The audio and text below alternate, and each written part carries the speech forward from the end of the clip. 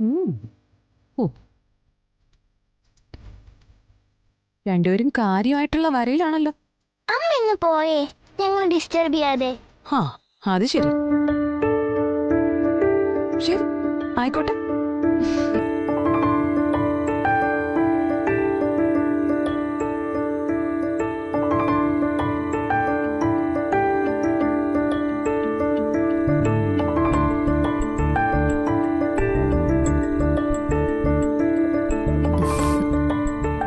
എന്താ ഒരു ആലോചന?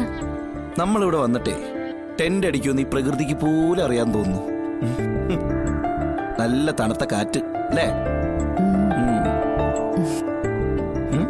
വിഷ്ണുട്ടാ, ഓർക്കുന്നുണ്ടോ നമ്മള് ആദ്യമായിട്ട് കണ്ടുമുട്ടിയ ദിവസം? അന്നത്തെ ആ കാറ്റിനും ഇതുപോലെ തണുപ്പുണ്ടായിരുന്നു. നമ്മൾ എന്നും ഓർത്തിരിക്കാൻ ഇഷ്ടപ്പെടുന്ന ആ നിമിഷം ഇടയ്ക്കെപ്പോഴോ ഞാൻ അതിന്റെ കാഴ്ചക്കാരിയാവും. അതൊരു സുഖം.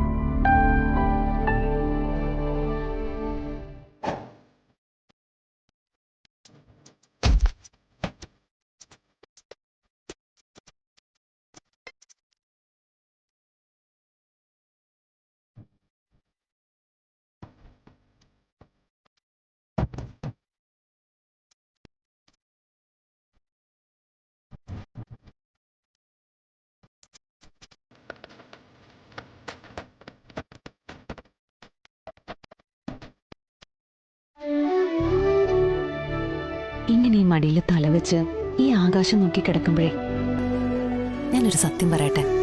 താൻ പറയടൂ, ഞാൻ കേൾക്കുന്നുണ്ടല്ലോ. ഈ സ്നേഹം എന്നൊക്കെ പറഞ്ഞാലേ ഒരാളെ ഒരാൾ തീർത്തും മനസ്സിലാക്കുക എന്നൂടെ അർത്ഥമുണ്ട്. അങ്ങനെ മനസ്സിലാക്കുമ്പോഴേ അവിടെ പ്രേമമാണെങ്കിലും സ്നേഹമാണെങ്കിലും, ഇനിയിപ്പോ കുറച്ചുകൂടി ആധികാരികമായിട്ട് പറഞ്ഞ കരുതലും ഒക്കെ ഉണ്ടാവും. എന്റെ വിഷ്ണുവേട്ടൻ ഇന്ന് എനിക്ക് കിട്ടിയതും ആ ഒരു സ്നേഹം.